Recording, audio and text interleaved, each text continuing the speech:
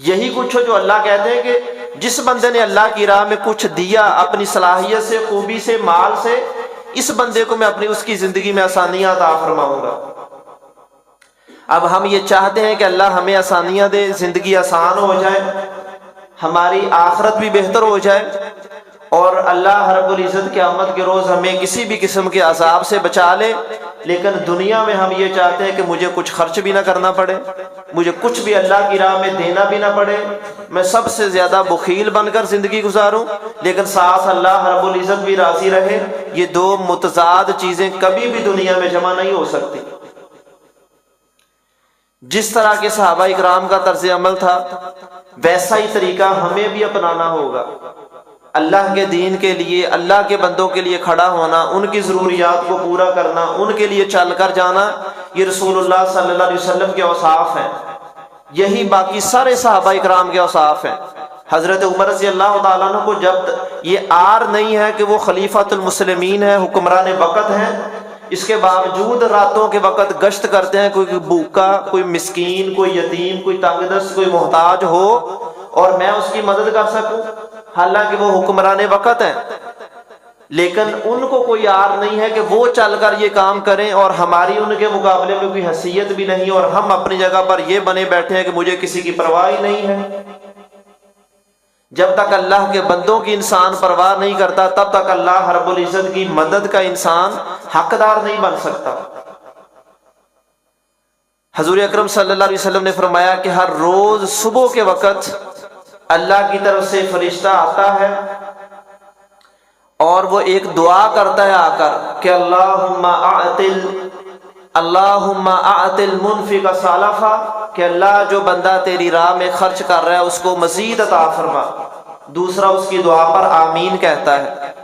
پھر وہ بد دعا کرتا ہے کہ اللہم اعطل ممسک تلفا، کہ اللہ جو تیری راہ سے، تیرے بندوں سے مال کو روک کر رکھتا ہے، تو بھی اس کے مال کو تلف کر دے، تباہ و برباد کر دے۔ اور دوسرا فرشتہ اس کی بد دعا پر بھی آمین کہتا ہے۔ اسے اندازہ کرے کہ ایک فرشتہ دعا کرے، دوسرا اس پر آمین کہے، اس کی قبولیت میں کیا شک ہے؟ جب یہ دعائیں ہو رہی ہیں کہ اللہ کی راہ میں دینے والوں کو اور دے اور روکنے والوں سے اللہ بھی روک لے، تو پھر بھی کیوں ہم اس گمراہی میں پڑے ہوئے کہ ہم سمجھتے ہیں کہ جتنا زیادہ جمع کر لیں کہ وہی ہمارے لیے خیر کا باعث ہے، اور جتنا اللہ کی راہ میں دے دیں کہ وہ شاید اپنے مال کو کم کر رہے ہیں۔ یہی انسان کی حماقت ہے، یہیں پر انسان ذلیل ہوتا ہے کہ مال کو جمع کر کر کے سینچ کر رکھتا جاتا ہے، اور اپنی صلاحیتوں کو، خوبیوں کو بھی سنبھال کر رکھتا ہے کہ اللہ کی راہ میں خرچ نہ کر دوں۔ تو انہی چیزوں کو اللہ رب العزت قیامت کے روز ان چیزوں کے ذریعے گرم کر کے جہنم کی آگ کے ساتھ تپا کر انسان کو داغے گا اور فرمائے گا کہ یہ ہے تیرا مال جس کو تو سنبھال کر رکھا کرتا تھا۔ تو جو انسان کے لیے آخرت کے روز بھی عذاب بن جائے، اس مال کے لیے یا اس عذاب کے لیے انسان دنیا میں بھی ایک عذاب برداشت کرے، پھر کیوں نہ ان چیزوں کو اللہ کی راہ میں خرچ کرے، اللہ کے بندوں پر خرچ کرے اور رب تعالیٰ کو بھی راضی کر لے۔ یہ اوصاف انبیاء کے اوصاف، صحابہ اکرام کے اوصاف اور اللہ کے تمام نیک بندوں کے اوصاف ہیں۔ ایسی خوبیاں اپنائیں کہ اللہ کے بندے بھی ہم سے راضی ہو جائیں۔ اللہ رب العزت کی طرف سے اسی انسان کو ملتا ہے جو آگے اللہ کے بندوں پر خرچ کرتا ہے، جو روک کر رکھے، پھر رب تعالیٰ کو ضرورت نہیں ہے کہ اس کو اور دوں۔ جو انسان اللہ اس کو دے، آگے اللہ کے بندوں پر خرچ کرے، ان کی ضروریات کو پوری کر دے، تو اللہ رب العزت مزید دیتے ہیں کہ یہی تو بندہ ہے جو میرے کرنے کا کام یہ کر رہا ہے۔ یہ اللہ رب العزت کے اوصاف ہیں جن کے بارے میں اللہ کے نبی نے فرمایا کہ تخلقوا باخلاق اللہ، کہ اللہ رب العزت کے اخلاق اور خوبیاں اپناؤ۔ جیسے اللہ اپنے بندوں کی مدد کرتا ہے ویسے تم کرنے کی کوشش کرو، اس کے ذریعے اللہ رب العزت کی معیت کو اور مدد کو حاصل کرو۔ اور کبھی یہ بھی کوشش کریں کہ لوگ جو بیچارے تنگ دست، سفید پوش، مفلس لوگ جو اپنا ہاتھ نہیں پھیلاتے، عزت نفس کی وجہ سے کسی کے سامنے اپنی مجبوری کا اظہار نہیں کرتے، وہ سب سے بڑھ کر ہماری مدد کے مستحق ہوتے ہیں۔ ان کی ضروریات کا خیال کرنا ہمارا سب سے پہلا فریضہ ہوتا ہے، کہ باقی تو جو مانگنے والے، ہاتھ پھیلانے والے تو ہزاروں ہیں، وہ ہم نہیں دیں گے، کہیں سے بھی لے لیں گے، لیکن جو انسان سفید پوش ہے، جو کسی کے سامنے نہیں جا رہا، اس کی مدد کرنا ہماری سب سے پہلی ذمہ داری ہے۔ اپنے آس پاس نظر رکھا کرے، دیکھا کرے رشتہ داروں میں، گلی محلے میں، جماعت کے احباب میں، کہ جو بھی لوگ کسی بھی طور پر مدد کے مستحق ہیں ان کی مدد کی جائے۔ کئی طریقے ہو سکتے ہیں۔ حضرت عمر رضی اللہ تعالیٰ جب ان کی شہادت ہوئی تو ان کے ذمے قرض باقی تھا، اور وہ قرض ایسا نہیں تھا کہ اپنی ضروریات کے لیے تھا، بلکہ جب بھی کوئی بندہ ان سے آ کر سوال کرتا، کچھ مانگتا، تو حضرت عمر رضی اللہ تعالیٰ عنہ کے پاس اپنے پاس نہ بھی ہوتا تو اس بندے کی ضرورت پوری کرنے کے لیے قرض لے کر اس کی ضرورت پوری کر دیتے۔